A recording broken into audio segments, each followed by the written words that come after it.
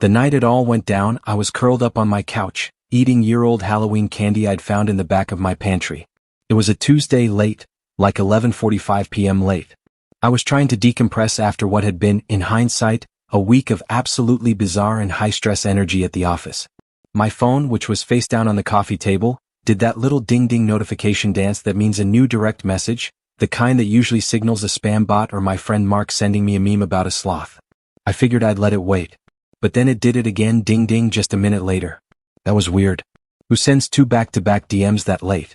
I flipped the phone over and the screen glare hit me like a flashbulb. It wasn't Mark. It wasn't a bot. It was an Instagram notification, and the name that popped up was Sarah Harrison. Sarah Harrison, as in the wife of Mr. Harrison, my boss. I froze. Mr. Harrison. The guy who basically ran the whole East Coast division of the firm, a guy who I was convinced was on the fast track to CEO. His wife. I'd seen her once, maybe twice at the firm's huge Christmas party. She was stunning, quiet, always perfectly dressed. I'd never spoken a word to her, not even a polite nod across the room. We didn't follow each other on any social media. So what on earth was she DMing me for? A charity event invite? Did I accidentally take her reserved parking spot months ago and she was just now finding out? My brain was running through every possible, boring, professional explanation. I tapped the notification with a kind of clinical dread. My heart started doing this slow, heavy thump-thump against my ribs. The message thread opened up, and her profile picture, a high-res shot of her and Mr. Harrison smiling on a sailboat, just made the whole situation feel even more surreal. Like I was looking at the photo of the people whose lives I was about to accidentally blow up. The first message was simple, almost terrifyingly casual. It just said, "Hi Lucas." I remember staring at my own name on the screen, feeling a cold knot form in my stomach.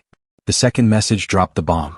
It landed on my screen like a lead weight, and the words even now feel etched into my memory. "You're not the first one he's mentored after hours. He's predictable, Lucas. Just be careful." I actually felt the blood drain from my face. My couch suddenly felt too soft, the room too quiet. The half-chewed gummy worm in my mouth turned to dust. I read it again. And again. "You're not the first one he's mentored after hours." The phrase, mentored after hours, was a direct, pointed reference to the last 6 weeks of my life, a period I'd been convinced was the most amazing, game-changing professional experience I'd ever had. All those late nights, the one-on-one sessions, the private career advice, the constant stream of expensive coffee he'd bring just for me, it was all suddenly framed in this dark, absolutely chilling context. It wasn't a warning about my work performance. It wasn't a weird invite. It was a clear, concise, utterly devastating accusation against the one person I had trusted completely in my career. And it was coming from his own wife. The mystery, the sheer audacity of this direct line of communication, ripped through the bubble of my comfortable, career-focused reality. Everything I thought I knew about the past few months shattered. The strange looks my colleagues were giving me? The way Mr. Harrison would insist on clearing the room for our sessions? It all clicked into place, but in the most horrifying way possible. I wasn't his star protege. I was a target. The whole mentorship, which I'd been bragging about to my family, was suddenly coated in something slimy and wrong. I started scrolling through the messages, half expecting her to send an "oops, wrong person," but there was nothing else. Just those 2 heavy messages. My fingers were shaking so badly I almost dropped the phone. I didn't know what to do. I couldn't reply, I couldn't ignore it, and I definitely couldn't go back to the office tomorrow and pretend that I hadn't just received a full-blown relationship and professional crisis in my DMs. It was a massive, life-altering piece of information, delivered by a stranger in the dead of night. It was the kind of thing that once you see it, you can't unsee it. The innocence of my professional dreams, the naive trust I'd put in my boss, was gone. My heart was racing, my mind was screaming. I needed to know more, but also I was terrified of knowing anything else. Who was this guy? And how many other mentoring sessions had there been? And why was his wife telling me? This wasn't just office drama. This was a personal and professional time bomb, and I was holding the detonator. I spent the next 4 hours just staring at the ceiling, the glow of the phone screen still imprinted on my retina, trying to figure out how I could possibly go back to work the next day. It's amazing how fast your world can change with just one little notification. I went from being a satisfied, up-and-coming associate to a terrified pawn in a marriage gone wrong, all in the space of 2 texts. Seriously, if you're watching this, drop a comment right now and tell me where and when you're watching. I'm curious if anyone else has ever gotten a notification that completely changed their entire life in an instant like this. Let's rewind a bit, back to how I even ended up in this situation. It's important because for months I genuinely thought I was living the dream. The setting was the Harrison and Finch legal firm, think high-end glass and steel kind of place, offices overlooking the city, the kind of place where people wear tailored suits and talk about leveraging synergies. I was just an associate, fresh out of law school, ambitious as anything, and completely naive about office politics. My main goal was simple: keep my head down, work hard, and maybe, just maybe, make partner one day. The firm was huge, and I expected to be a tiny, anonymous cog for the first few years. That all changed when I was assigned to the East Coast Division, which was run by the man himself, Mr. Ethan Harrison. You have to understand the gravity of Mr. Harrison. He wasn't just a boss, he was the firm's golden boy. Mid-40s, fit, a head of salt and pepper hair, and a smile that could genuinely disarm a hostile witness in court. He had that perfect blend of charisma and sharp, undeniable competence. He spoke softly, but when he talked, everyone listened. He had this public persona of being an incredibly dedicated husband, a mentor, and a family man. He often talked in meetings about his rock-solid marriage to Sarah and his 2 kids. He was the aspiration, the ultimate example of making it. Everyone, and I mean everyone, wanted to be on the Harrison track. When I first started, I barely saw him. He was a distant figure on the executive floor. Then, about 3 months in, I got my big break. I was put on a high-stakes, complicated litigation case, and Mr. Harrison was the lead partner. This was huge.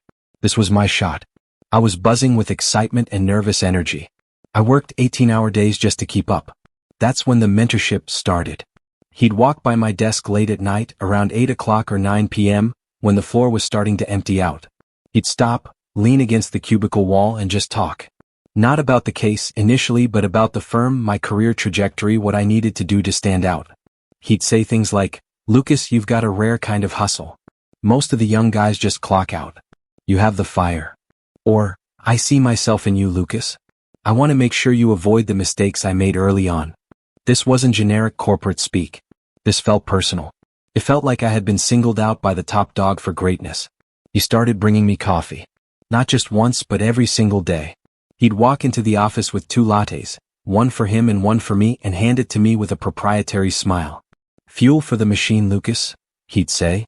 It was always a specific, expensive kind of latte that I'd casually mentioned liking once, months ago. It seemed like such a small, kind gesture, but it made me feel seen, valued, and incredibly important. It made me feel like I was his protege, his main focus, the next big thing at Harrison and Finch. I started staying later too, matching his schedule. I figured if the boss is here, I should be here. Our one-on-one sessions became more frequent, always after everyone else had left. He'd pull me into his massive corner office, the one with the huge city view, and we'd go over case files for hours.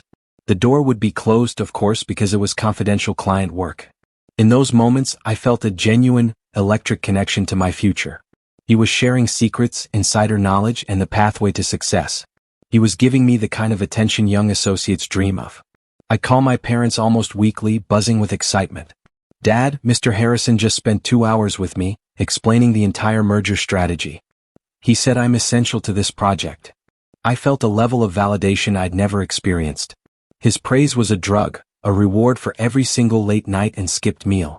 I was convinced he was an altruistic, genuinely great man who was just taking an extraordinary interest in my career because I had the hustle. It's hard to describe how complete my professional trust in him was. He was a mentor, a guide, and a role model, all wrapped up in one expensive suit. I would literally hang on his every word. And because of that trust, because of how good he was at his good guy act, I never once questioned the escalating nature of our private sessions. I never questioned the cost of the expensive coffee, the closed doors, or the late hours. I never questioned why he picked me out of the dozens of bright, capable young associates. I thought it was merit. I thought it was my talent finally being recognized. He had built this beautiful, compelling narrative for me.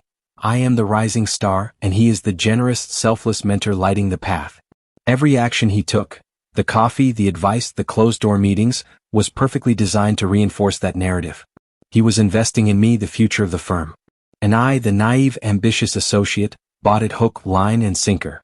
I genuinely liked him. I admired him. I trusted him. That trust is what made Sarah Harrison's DMs so devastating. It wasn't just an accusation.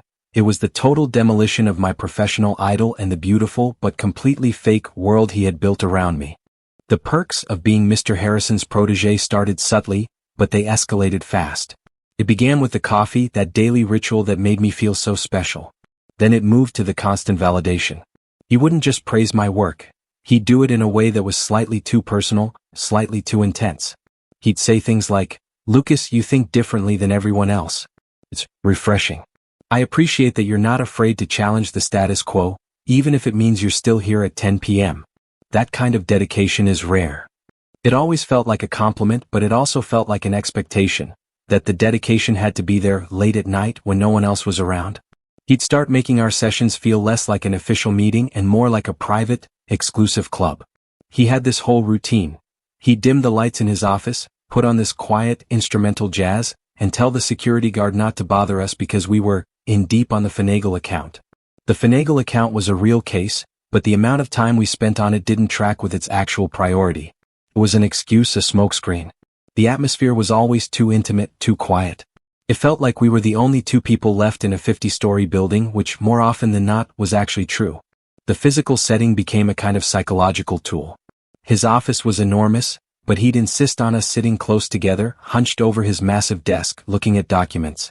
Sometimes, when he was pointing out a detail, his hand would linger just a second too long on my shoulder or my forearm. It was so brief, so ambiguous that I'd immediately rationalize it. He's a friendly guy. He's my mentor.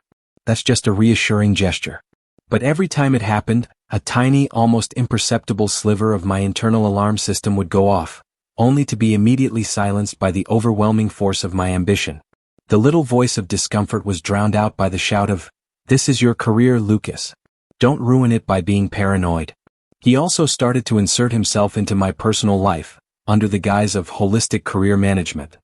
He'd ask about my weekend plans, my dating life, even what I was eating for dinner. I remember one time I was talking about how stressed I was and he leaned in, his voice dropping to a confidential whisper, and said, "Stress is a killer, Lucas. You need to vent. You can tell me anything. I'm not just your boss, I'm your confidant."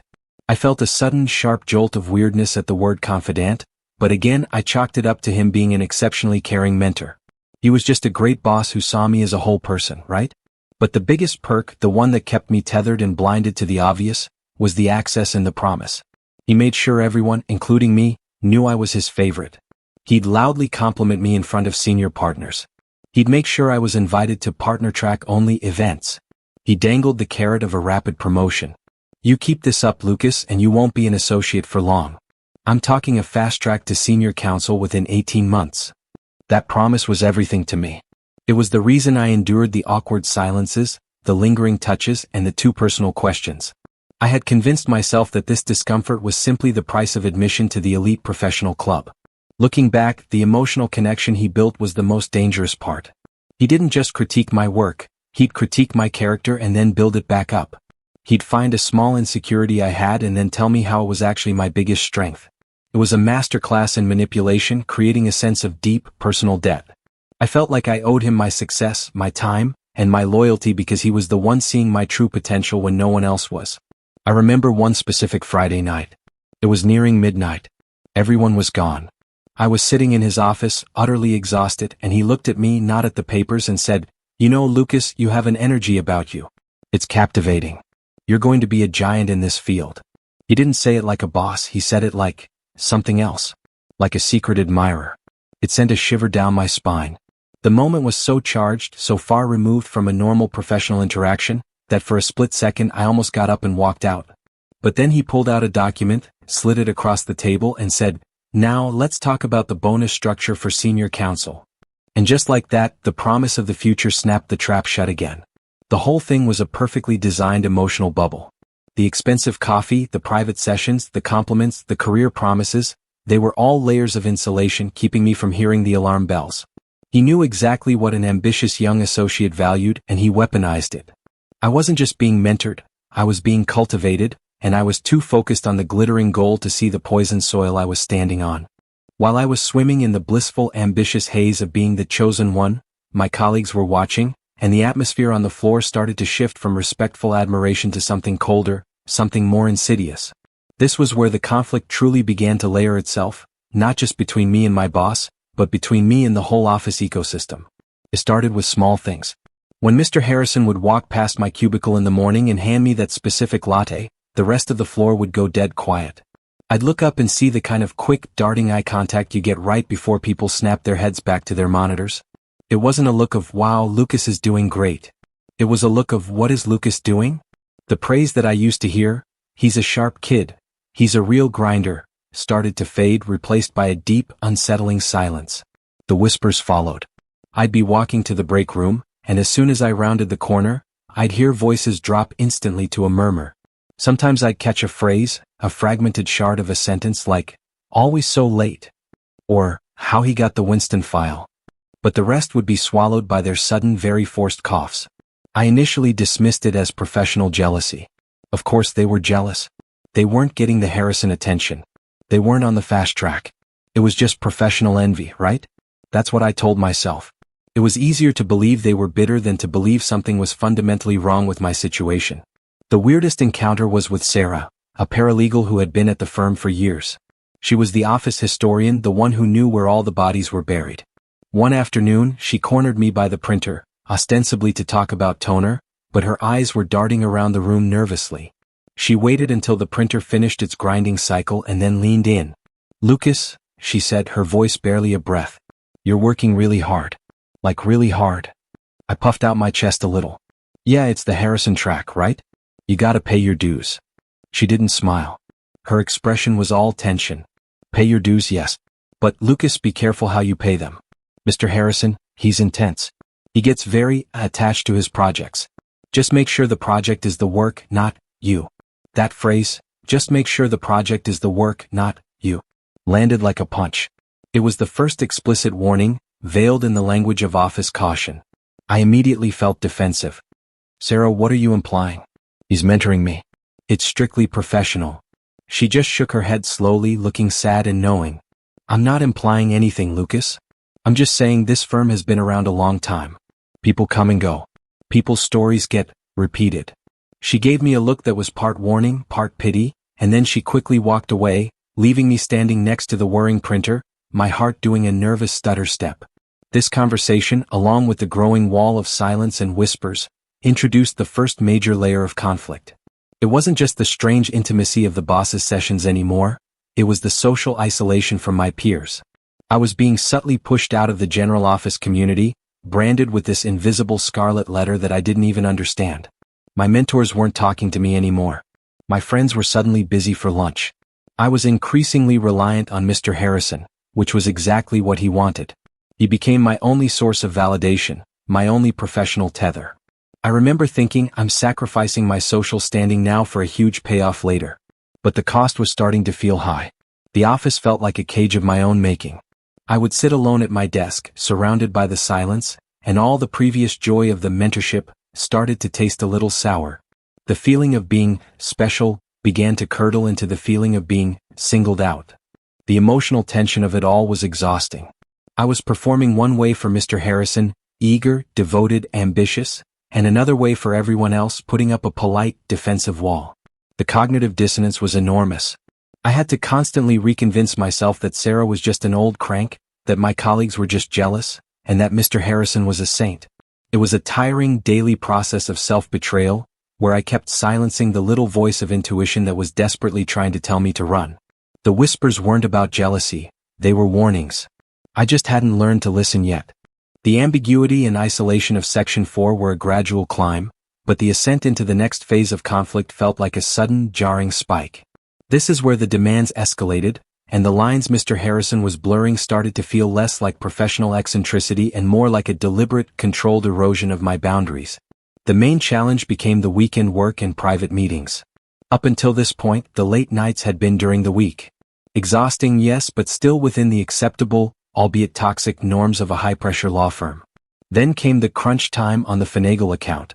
Or so he said. Lucas, this finagle brief is a beast, Mr. Harrison announced to me one Thursday evening, leaning casually against my cubicle wall. It needs a clear head, zero distractions.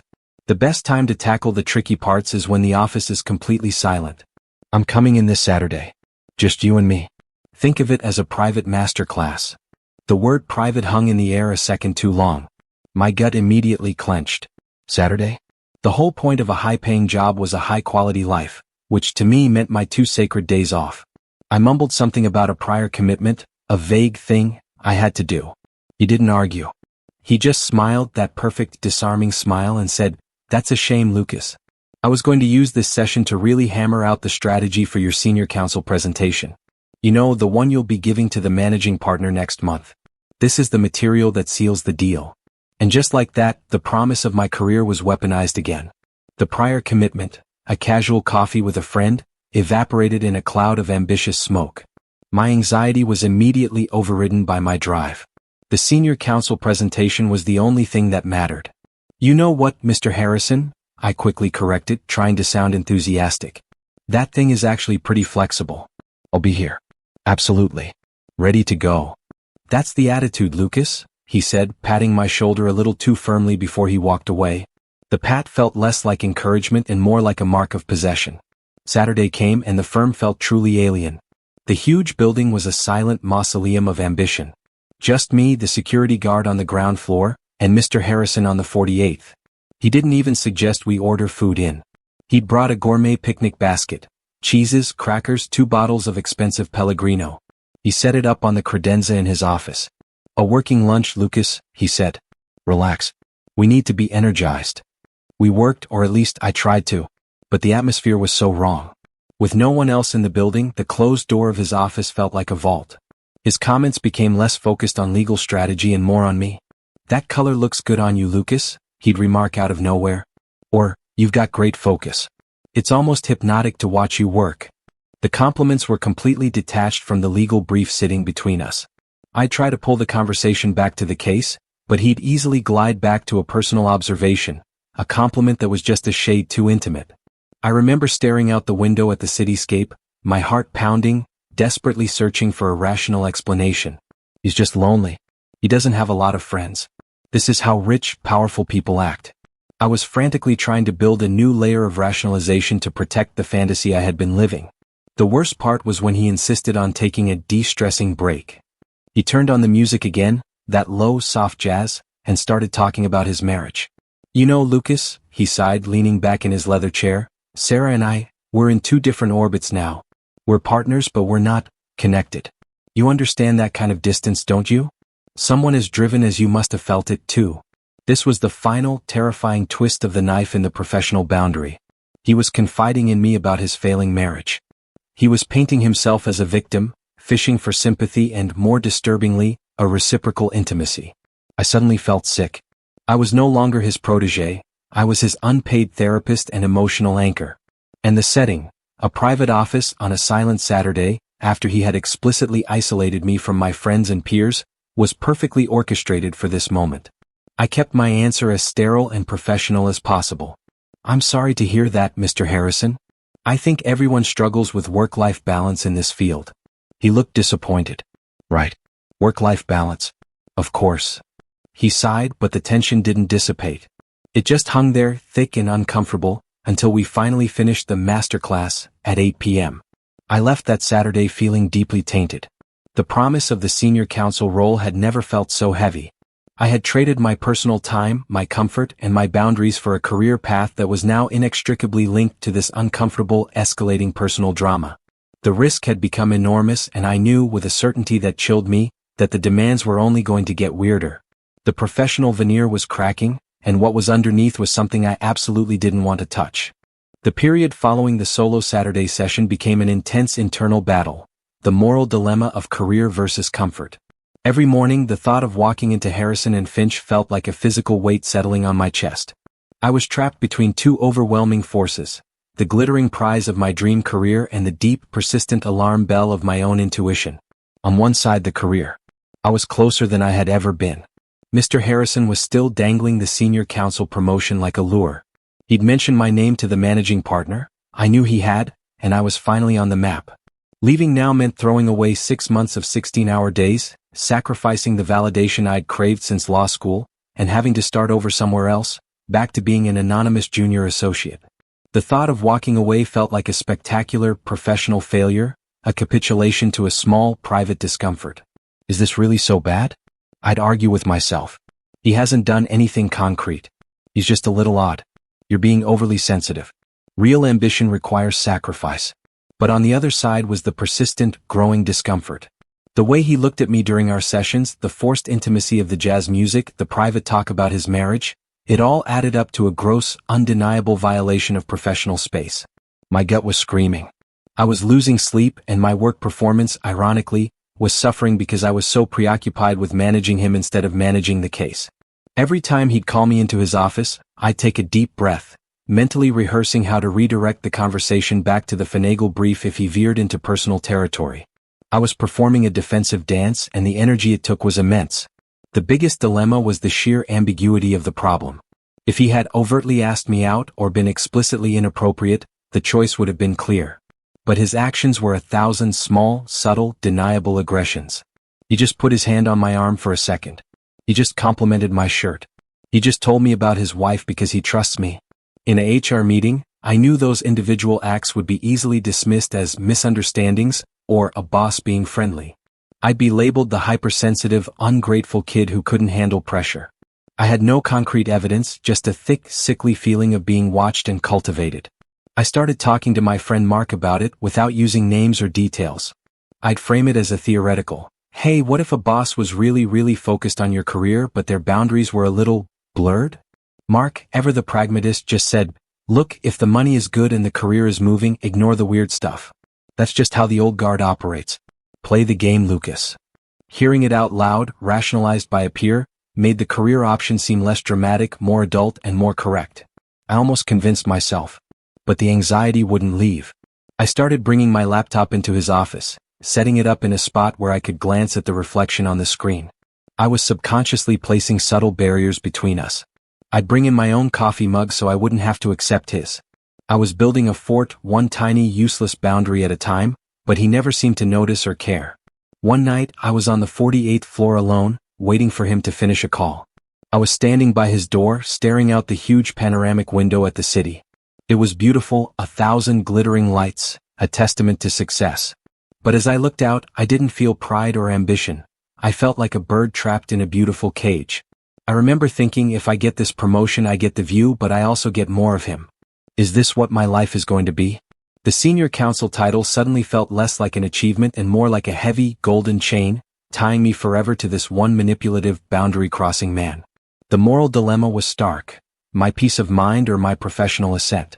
Up until this point, I had chosen the ascent, convincing myself that the discomfort was temporary. But the escalating intimacy of the Saturday session finally broke that rationalization. The situation wasn't going to get better, it was only going to get weirder. I realized that my most valuable asset wasn't my ambition or my legal skill, it was my dignity and my control over my own life. And he was slowly, surely taking both of them away. I hadn't made a choice yet, but the scale was finally starting to tip. The thought of submitting to another one of his master classes was now more terrifying than the thought of disappointing my parents. I was finally ready to admit that the cost of this mentorship was too high. I just needed one thing, one concrete, undeniable piece of evidence, to give me the courage to walk away and not look back. The courage I needed came in the most accidental, utterly dramatic way, in a scene straight out of a cheesy thriller. It was a normalish Wednesday evening, and Mr. Harrison had called me into his office for yet another one of our late-night, low-lit mentoring sessions. We had been going over a contract, and his personal cell phone, a sleek, expensive model, was sitting on the corner of his desk. In the middle of our conversation, a call came in and he had to step out to take it. Lucas, keep reviewing that clause, he instructed, his voice low, as he quickly grabbed his phone and darted out the door, pulling it mostly shut behind him. I went back to the contract, but I couldn't focus. I was already stressed from our earlier discussion, which had been, naturally, meandering into personal territory. I could hear his voice vaguely through the thick door, the tone low and agitated. As I stared blankly at the legal jargon, I noticed something on his desk. He hadn't fully locked his phone.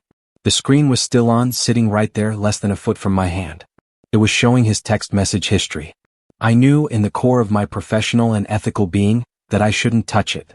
It was a massive breach of privacy, of trust, of everything I was supposed to stand for. But the image of Sarah's DM, asterisk, "You're not the first one he's mentored after hours," asterisk, flashed in my mind. The memory of the collective, pitying silence of my colleagues, Sarah the paralegal's warning, the suffocating atmosphere of the weekend session. It all came rushing back, overriding my ethical compass with a desperate need for the truth. I looked at the door. I could still hear his muffled voice. My hand trembled as I reached out and gently, carefully picked up the phone. It was unnervingly heavy. I held my breath, feeling like a thief in my own life. The text thread at the top of the screen was with a contact saved only as RA. I couldn't resist. I tapped it. The most recent message from RA was dated just 2 weeks ago. It said, "I'm done, Ethan. You promised the bonus. I took the job, I did the work, and you dropped me. I know you're with a new guy. Do the right thing. Pay me what you owe me or I swear I'm going to HR this time. You know I have the old messages. I told you I wasn't going to be your little secret again. I swear." I stopped breathing. The blood rushed out of my head, leaving me dizzy. RA, a new guy. The old messages. I wasn't going to be your little secret again. It wasn't just a random text. It was a conversation with a former protege. And the conversation was about being paid off to keep quiet, about his repeated patterns, about a new guy who I was absolutely certain was me. I quickly scrolled up, my fingers flying. The messages were sparse, mostly from RA demanding money, but the tone was undeniable. It was a former colleague being extorted and then silenced. One message from Mr. Harrison stood out, dated 6 weeks ago, right around the time our late-night sessions really kicked off. "RA, calm down. Your file is complete. Everything is squared away. I'm focusing my attention on a different direction now. You got your references. Let's not make a big deal out of this. Focusing my attention on a different direction now." My stomach lurched. I put the phone down so fast it made a faint thwack against the wood. My hands were slick with sweat. It was all there. The explicit evidence I needed. The ambiguity was gone, replaced by a terrible, concrete clarity. This wasn't a misunderstanding. This wasn't a kind mentor with bad boundaries. This was a calculated, repeated abuse of power, a man who used the promise of career advancement to solicit some kind of emotional, personal, and potentially transactional relationship with his young associates. And when he was done, he squared away the file and moved on to his new guy. I scrambled back to the contract, my mind racing a mile a minute. The sheer weight of the knowledge was paralyzing. I had not just confirmed my worst fears, I had confirmed that I was next in a pattern of abuse. I had 10 seconds, maybe less, before he walked back in. I had to do something. I had to secure this knowledge. In a move fueled by pure adrenaline, I grabbed my own phone, which I had placed in my jacket pocket, and quickly took 3 photos of the text thread with RA. I barely had time to check them for clarity before I slipped my phone back into my pocket and smoothed my expression into a look of focused concentration, pretending to be utterly absorbed in the contract. The door opened. Mr. Harrison walked back in, his face tight and slightly flushed, but his smile was back on instantly. "Sorry about that, Lucas. A little fire I had to put out." "Where were we?" He picked up his phone and tucked it into his jacket pocket, completely oblivious to the earthquake that had just occurred in his office. "Just reviewing Clause 4, Mr. Harrison," I managed to say, my voice sounding strained and high-pitched even to my own ears. "It seems very clear." Clear indeed. Everything was clear now. The whole game was exposed. The turning point was complete. I had the evidence, the motivation, and the immediate, urgent need to escape. The only thing left to do was figure out how to detonate the bomb I was holding. Walking out of Mr. Harrison's office that night felt like wading through a pool of ice water. The revelation of the RA text had changed everything. The passive, nervous energy I'd been carrying was replaced by a cold, hard resolve. I had proof, which meant I wasn't just a paranoid kid. I was a victim of a professional predator. I knew with absolute certainty that I couldn't spend another hour pretending. But I also knew I couldn't just vanish. I had to confront him, at least subtly, to buy myself time and confirm his true nature one last time. The next morning I arrived at the office early before he did. I immediately pulled the photos of the text messages off my phone and forwarded them to my personal email, encrypting the subject line with a random string of numbers. I needed a clear record, safely off the firm's network. My heart was a frantic drum solo the entire time. When Mr. Harrison finally walked in, latte in hand, he was his usual self, charming, energetic, completely unaware of the crisis that was about to unfold. He walked right to my cubicle, handed me my cup, and winked. "Good morning, Lucas. Ready for a big day of hustle?" "Good morning, Mr. Harrison," I replied, forcing a smile. I knew this was my only chance to speak my piece, to feel like a person again before I deployed the evidence. I followed him into his office, and as soon as the door clicked shut, that sound that used to signal my assent but now sounded like a lock, I began. I didn't mention the RA texts. I focused on the ambiguity, on the erosion of the professional boundary. Mr. Harrison, I began, my voice surprisingly steady. I need to talk to you about the scope of my role and the Finagle project. He looked surprised. Of course, Lucas. What's up? Is the workload too heavy? We can lighten your load. No, the workload is fine, I countered. It's the environment. I appreciate your mentorship truly. It's been invaluable. But I feel the sessions have become excessively personal. I'm an associate here to learn and advance my legal career, and I feel that the nature of our recent private meetings, especially the weekend session, have moved far beyond a typical professional dynamic. Frankly, it's making me uncomfortable. I watched his face carefully. The charming smile didn't vanish instantly, it froze like a mask cracking under pressure. The light in his eyes dimmed. The initial surprise gave way to a calculating coldness, and then a defensive deflection. Uncomfortable? He asked, his voice now low and smooth, a complete change from his usual booming confidence. Lucas, I'm simply investing in you. I've gone above and beyond for you.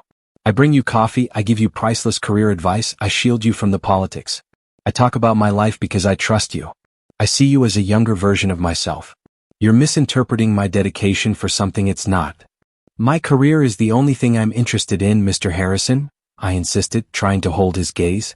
And my career should be able to advance without these late-night, closed-door, overly personal sessions. It shouldn't come with conditions. His reaction was the final piece of the puzzle. Instead of apologizing or taking accountability, he immediately played the victim, then the guilt card. Conditions? That's really harsh, Lucas. After everything I've done for you? I've put my own reputation on the line for your promotion. And this is the thanks I get? A suggestion that I've been inappropriate? I find that deeply hurtful. You need to reevaluate your attitude, Lucas. This is how the real world works. You clearly don't understand the level of commitment this firm, and I, demand from our top people. Perhaps I misjudged your dedication after all. The veiled threat, perhaps I misjudged your dedication, was clear. He was turning my boundaries into a professional flaw, a lack of dedication. He was not only denying the issue, but he was subtly threatening to derail my career for bringing it up. It was the ultimate confirmation that my only option was total escape. The confrontation gave me what I needed, confirmation that he was a manipulator, a denier, and a danger to my future. I knew then that leaving wasn't just about my comfort, it was about self-preservation. I simply nodded, gathered my remaining professional composure, and walked out, knowing I would not be returning to that office in the same capacity ever again. The stage was set for the final, decisive action. I spent the rest of that day in a haze, going through the motions of reviewing documents, but my mind was a churning storm of logistics and fear. The confrontation in Section 8 confirmed that Mr. Harrison was a professional dead end, but the confrontation had also put a target on my back. I knew he wouldn't let my questioning go unanswered. He would probably try to sideline me, bury me in meaningless work, or worse, start planting negative seeds about my attitude to the partners. I had to move fast. As I was formulating my exit strategy, which involved a carefully worded resignation letter and the deployment of the RA texts, my phone vibrated again. It was another Instagram DM. It was Sarah Harrison. The subject line of the thread was a single word, listen. I froze at my desk. My heart hammered against my ribs with renewed terror. After her initial warning, I thought she was done, that she had simply sent a cryptic message and disappeared. Now she was back, and it felt like the final act of the drama was about to begin. I opened the message. I saw the way you looked at him today, Lucas. You know now. Good. I needed you to know. This sent a chill down my spine. She had seen our brief, tense confrontation. She was watching. Had she been tracking him? Was she an associate who worked in a nearby office? I had no idea, but the fact that she was actively monitoring the situation elevated the whole conflict from an office scandal into a high-stakes, almost spy-like drama. The next message was a long one, a solid block of text that confirmed everything I had learned from the RA texts, and then some. RA isn't the only one. There was also a Mark, 2 years ago, and before that a paralegal named Daniel. Ethan follows a pattern. The attention, the late nights, the promise of promotion. He isolates them, makes them feel like they're special, and then discards them when they become difficult or ask for what he promised. He uses his professional power to get emotional supply, and then he pays them off with a reference or a small, untraceable bonus. The firm knows, or at least the senior partners are managed enough not to care as long as he's bringing in the revenue. They call it Ethan's eccentric mentoring style. It's repulsive. She was giving me the complete, horrifying history. The confirmation was absolute. I was the latest pawn in a long line of them. The sheer scope of his manipulation and the firm's passive complicity was what truly terrified me. It wasn't just him, it was the system. Then came the warning, the critical piece that pushed me over the edge into action. He's going to try to hurt you now, Lucas. He knows you're not going to be a quiet file. He saw the challenge in your eyes. He'll bury you in the firm, claim you're a disgruntled, entitled junior, and make sure you never get a decent reference from this company again. He will try to destroy your career to save his own reputation. You have to beat him to the punch. You have to leave and you have to make a record of everything. You need to drop the whole file on HR before he can write his own version of events. This was the final piece of coaching, the strategy for self-defense, coming from the most unlikely source. The person he had ostensibly hurt the most. It wasn't malicious, it was pragmatic, cold advice from a survivor. She wasn't asking me to help her destroy him. She was telling me how to save myself from being destroyed. The weight of her words settled on me. She confirmed my fear that he would weaponize his power against me. The thought of my carefully constructed legal career being ruined by a smear campaign from a man like this was a total nightmare. I replied to her message with a single respectful word, "Thank you." She replied almost instantly with a short, simple message, "Go." That single word, "go," was the final push I needed. It was the permission to leave, to choose myself over the job, to turn the tables on my tormentor. I wasn't just leaving a job, I was executing a professional escape. I had the RA texts, I had Sarah's full, devastating testimony, and I had the motivation of pure self-preservation. I didn't need any more analysis. I didn't need any more internal debate. I needed to act. And I needed to do it immediately before Mr. Harrison could get his hands on the narrative and turn me into his next disposable file. The final act was a blur of cold, decisive action. Sarah's go message in Section 9 was the starting gun, and I resolved to execute my plan the very next morning. I didn't sleep that night, I was too busy preparing.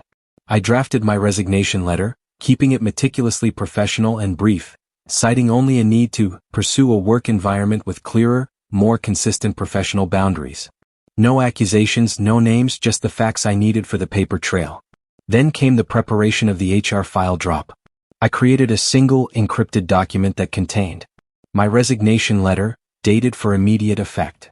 The full, timestamped screenshots of Sarah Harrison's DMs, both the initial warning and the full confirmation. The timestamped photographs of the RA text exchange from Mr. Harrison's unlocked phone. A detailed, chronological log of every late-night session, every instance of excessive personal conversation, every time he brought the coffee, and every time the door was closed and the music was playing. I noted the date of the Saturday session and his exact quotes about his disconnect with his wife. I printed out 3 copies of this file, placed them in sealed envelopes marked confidential eyes only, and then finally I allowed myself a single moment of exhausted, terrified readiness. The next morning I arrived at the office not as Lucas the ambitious associate, but as Lucas the agent of change. I was wearing a suit, but I had absolutely nothing in my hands except the 3 envelopes. I didn't go to my cubicle. I walked directly to the Human Resources Department on the 4th floor. The HR director, a woman named Miss Chin who had a reputation for being tough but fair, was thankfully already in. I asked her assistant for an immediate, private meeting, saying it was a critical, sensitive, and immediate professional matter. The urgency in my voice must have convinced her, because I was ushered into Miss Chen's office almost instantly. "Lucas, what's going on? You look like you haven't slept," she said, her expression already shifting to one of concern. I didn't waste a second. I placed one of the sealed envelopes on her desk, making sure that confidential eyes only was facing her. "Miss Chin, this envelope contains my immediate resignation and a detailed, documented report regarding a pattern of repeated professional boundary violations by Mr. Ethan Harrison." I watched her face as she took a deep breath, already knowing what the name Ethan Harrison meant in the context of an urgent, private meeting. "I need you to open this, read it immediately, and start an investigation. I am leaving the premises now and I will not be returning. I have forwarded copies of this file to the managing partner and to the firm's outside counsel, and they are time-stamped. I did this to ensure the integrity of my report. I will cooperate fully with the investigation, but all communication must be in writing, and I require a guarantee that all my separation documents, including my pay and severance, will be processed immediately and without reference to attitude or performance issues." I was quoting Sarah's warning directly back to the firm, establishing the terms of my exit with a legalistic precision that I was actually proud of. I wanted to leave no room for their usual obfuscation. Miss Chen's initial concern was replaced by a deep, professional seriousness. She knew instantly that this was not a drill. "Lucas, I can assure you that we will treat this with the utmost seriousness. Please sit down. I need to ask you some questions." "I appreciate that, Miss Chen," I cut in, standing up.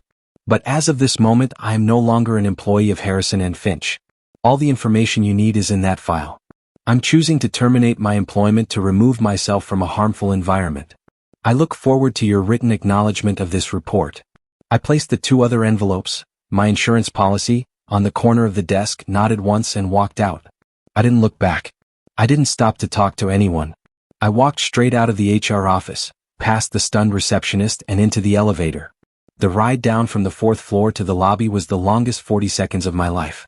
When the doors opened and I stepped out onto the marble floor of the lobby, I took the deepest breath I had taken in months. I had done it. I had executed my grand exit and delivered the file. I had detonated the bomb. I left the building, hailed a cab, and didn't allow myself to think about the fallout. The immediate, overwhelming feeling was one of total, bone-deep relief. The burden of Mr. Harrison, the shame of the situation, the constant fear, it was all gone. My career was on hold, but my life, my dignity, was completely my own again. The silence that followed my grand exit in Section 10 was deafening, but it didn't last long. I spent the first week in a state of suspended animation, waiting for the sky to fall. I kept my phone on silent, checking my personal email hourly for official HR communication. And then, slowly, the fallout began, not with a bang, but with the quiet, devastating sound of an office scandal unfolding. First, the official communication. I received a formal, extremely dry email from Miss Chen in HR confirming receipt of my resignation and my detailed report. They confirmed my separation pay would be processed immediately. The email avoided using Mr. Harrison's name, but it promised a swift, thorough, and confidential internal investigation. The language was boilerplate, but the speed was telling. They were clearly scared.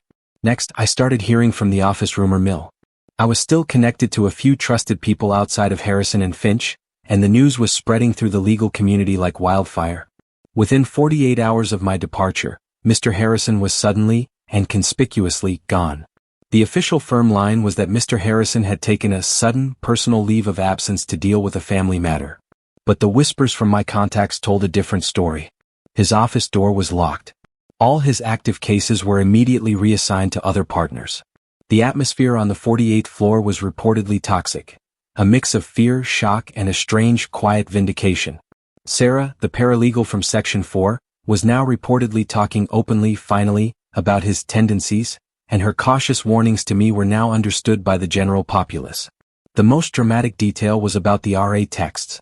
The sheer clarity of the evidence, coupled with Sarah Harrison's own messages that I had provided, was the ironclad proof they couldn't dismiss. The fact that the firm's star partner had a documented history of this behavior and had potentially paid off a former associate was a massive legal liability, a PR nightmare that dwarfed any fear of a simple misunderstanding. The firm, a place that valued its reputation above all else, was in full damage control mode. A few days later, a friend who still worked on the floor above Mr. Harrison sent me a cryptic text. "Clean out was today. Not a single farewell party. Just 2 guys in suits carrying out a few boxes. He's done, Lucas. You won."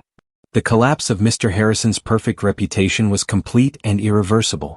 The good guy act, that had fooled me and so many others for years, was finally exposed as a facade covering a toxic, repetitive abuse of power. I hadn't just exposed him. I had triggered an institutional reckoning. The firm, in their attempt to silence me, was having to finally deal with the issue that their management had allowed to fester for years. There was a strange twist to all of this. I was worried that my professional reputation would be tarnished, that I would be forever labeled a whistleblower who couldn't handle the heat. But the rumor mill actually started swinging in my favor. The story was so dramatic, so well documented, that the sympathy was entirely on my side. People saw a young associate who had the courage to sacrifice his career track to expose a toxic, powerful partner. I was suddenly viewed not as the hypersensitive kid, but as the one who had stopped the cycle. My integrity, which I had almost sacrificed for the job, had ironically become my greatest professional asset.